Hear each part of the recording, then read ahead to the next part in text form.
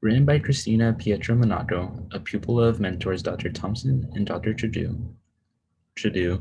Her work was published in Sacred Heart University's 2021 Academic Festival. Written to express the negative aspects of standardized testing, Pietro-Monaco describes that in an effort to evaluate the efficiency levels of teachers, while also ensuring that schools and states are abiding by the federal education reforms, the No Child Left Behind Act, created in 2002, has transformed standardized testing by making it a requirement that states needed to administer the tests to selected grade levels. Although there are proponents of the use of standardized testing who claim that its use is beneficial as it creates a system that ensures teachers are teaching, it introduces many detrimental effects to both the education system as well as students. Like Patel, the author of this article also gives a history of past policies, but goes into greater detail of how these policies have changed education. But the main thing that I would like to focus on when sharing this article is the implications of harm that standardized testing has created for students. However, first I would like to point out a point that the author makes, that apart from the stress that standardized testing creates, it doesn't even really do a good job at evaluating the knowledge of students.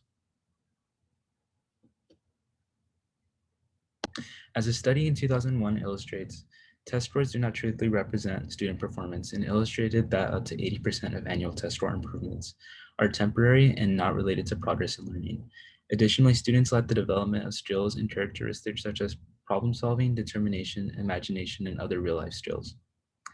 In addition, these tests also do not take into account the highly varying makeup of students that can drastically alter their results of their performance.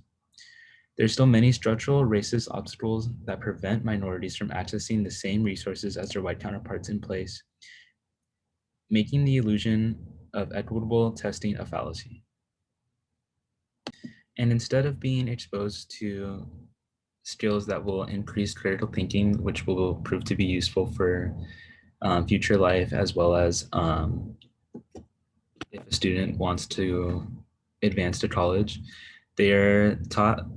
skills that are just meant to really improve the results on tests. As shown, the author illustrates that researchers believe that students may become underachievers from not being creative from the structure of school time and emphasis on testing. Returning to the detriments of stress that derive from standardized testing,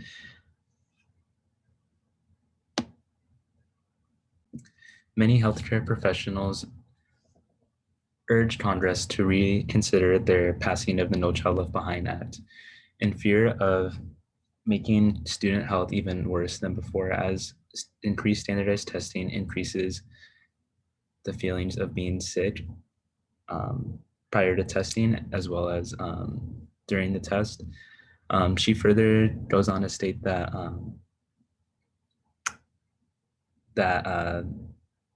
test-related jitters, especially among young students, are so common that Stanford 9 exam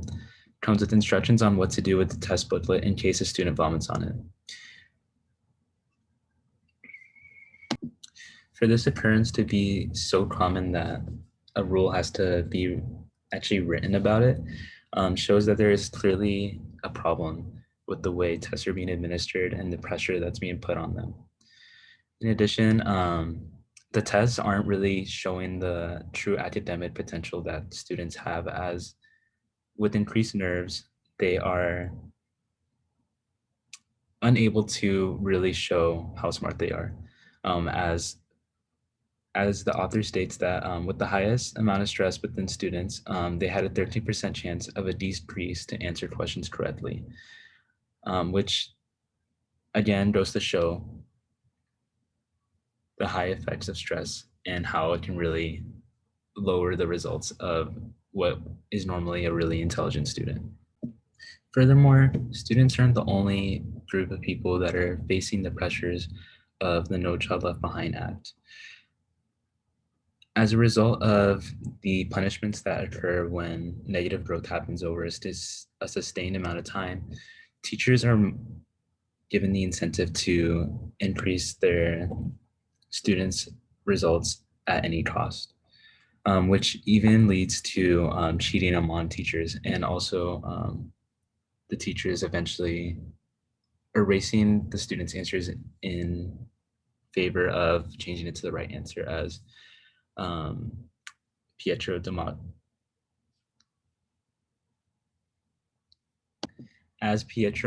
references a memo from January of 2009 that stated that 191 teachers in 70 different public schools in Washington, D.C. took part in testing infractions, and also stated that almost all teachers from a single public elementary school had students whose test papers showed high number of wrong to right erasures. This clearly shows Pietro Damato's sentiment that shows that standardized testing is not really beneficial in the No Child Left Behind atmosphere. Additionally, it also shows that revising needed to occur to the faulty policy, but unfortunately, the No Child Left Behind Act was just replaced by the Every Student Succeeds Act, which is not much better, as it still relied on heavy standardized testing, but gave states more control to decide what progress constituted. But this new policy still followed the trend of not providing critical thinking skills, and also did not accurately reflect the true intellect of students. The overall message of Pietro Monacro's article is that policies that rely on standardized testing are inherently flawed and do not provide an accurate evaluation of students. To provide an alternative to standardized testing, Christina lists descriptive inquiry as an alternative to the poor evaluation that standardized testing offers. And what descriptive inquiry is a group of faculty that meets together and describes and discusses the attributes of a student, which contains aspects of their gender, their race, their features, the way they behave in class, and just multiple different things that comprise the student of who they are.